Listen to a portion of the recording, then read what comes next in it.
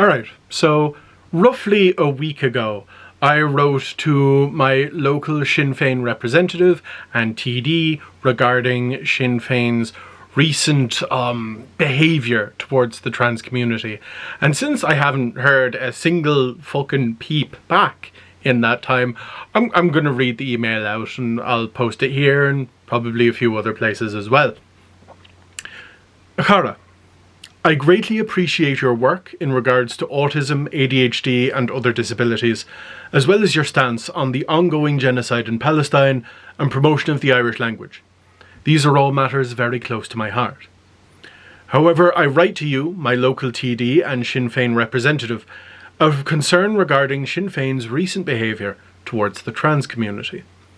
Between last year's support of the UK government's ban on puberty blockers and David Cullinane's deeply ignorant and ill-informed tweet supporting the English Supreme Court's decision to exclude trans women from the Equality Act, I am deeply troubled by the apparent right-wing turn the party is taking. Ireland's healthcare for trans people is already badly outdated, following far too closely to the English model. Trans healthcare in Ireland is currently considered the worst in the EU and fails to meet the minimal best practices outlined by the World Health Organization. If Sinn Féin is to provide a viable alternative to Fianna Fáil and Fine Gael, it cannot do so by being even worse for trans people than Fianna Fáil and Fine Gael.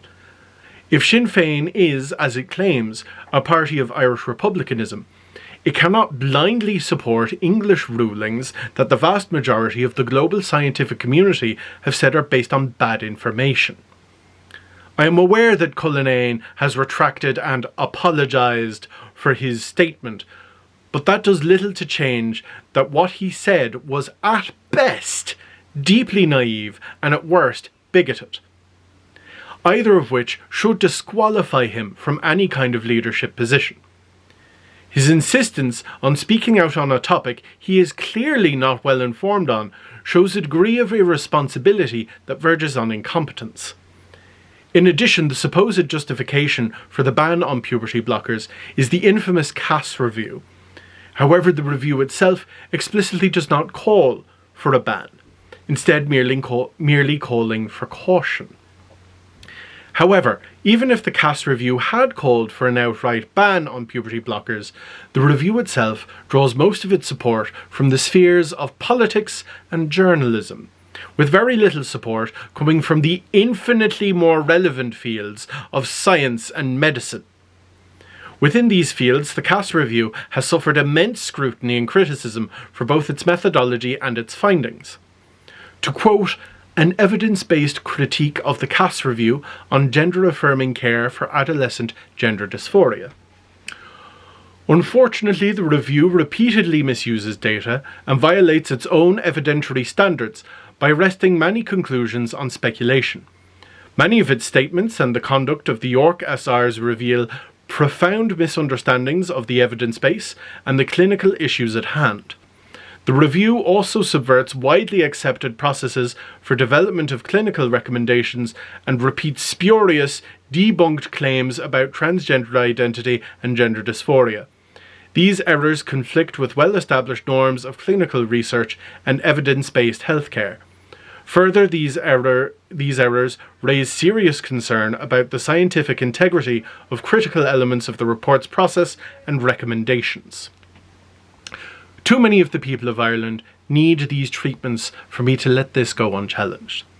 Too many of my friends and loved ones stand to be put in jeopardy for me to be silent.